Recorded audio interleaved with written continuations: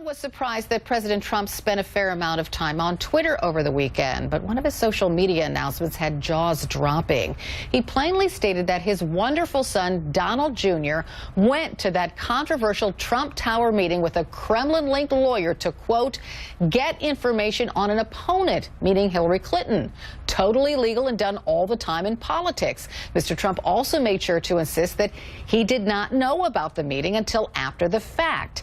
That's not exactly the story that's been out there. Sources say Mr. Trump's former lawyer, Michael Cohen, is prepared to testify that his boss knew in advance about that meeting. But for the moment, there's a lot more focus on whether the president inadvertently just threw his own son under the bus. Joining me right now is Robert Bianchi. He's a former head prosecutor in Morris County, New Jersey. Welcome. Carol, great to be on with you. Thank you. Nice to have you back. So, if you were representing Mr. Trump and you read that tweet over the weekend, what would go through your mind? I'd be asking my wife to get some Xanax and a nice strong martini. And I am saying that facetiously, but nevertheless, the point I'm trying to drive here, Carol, is as a lawyer, you would have to put your hands in your head. These statements are admissible statements. Each one of them is building more building blocks within an obstruction charge in this case. I know the lawyers don't want this to happen. And Carol, this is the reason why if I were representing Donald Trump, I would tell him you cannot go into an interview.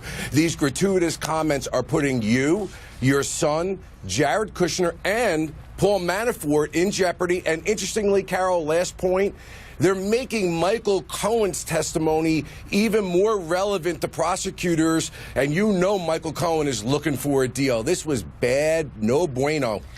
Well, let's go through this tweet because Mr. Trump said that this meeting to get information on an American political opponent was totally legal and done all the time in politics.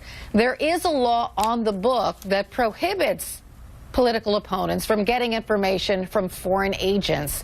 So how can Mr. Trump say this is totally legal and done all the time in politics? Carol, I don't get into politics when we deal with prosecution, and especially as the head prosecutor.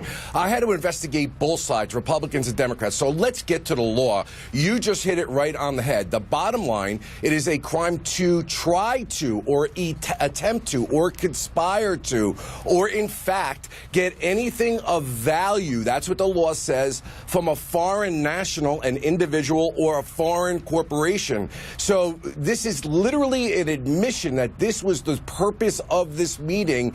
And when the president respectfully is indicating that nothing came of it, that is not the legal point. We prosecute cases every day for people who take a substantial step, that's what the law says, in order to commit a substantive offense, even if the offense was never committed. I am telling you, the lawyers went berserk when they saw this.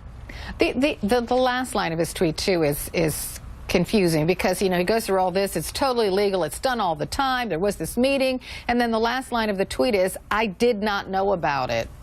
Well, why did he throw that in? Because, A, does it make any difference? And B, if it was totally legal and done all the time, why does he care if like, people think he knew about it or not? Well, I guess I'll give him the benefit of the doubt. If he didn't believe in it, or he didn't know about it, rather, then he wants to make sure politically that that's understood.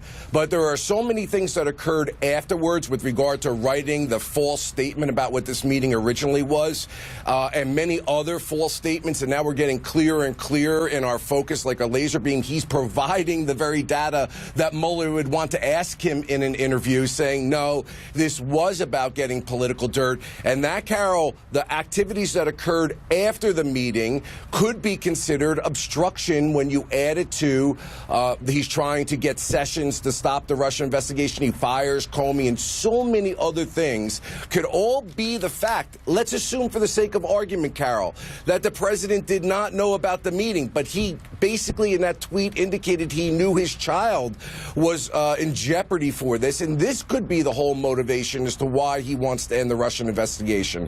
So I can't get into his mind as to why he wrote it, but on one hand, he's saying my son did it, and on the other hand, hey, it's not something I would do. That's just substantively not a good thing for him to say for his son, Jared Kushner, or Paul Manafort. And we know Mr. Mueller is looking over the president's tweets, right? Robert Bianchi, I got to end it there, though. Thanks so much for being with me. I do appreciate it.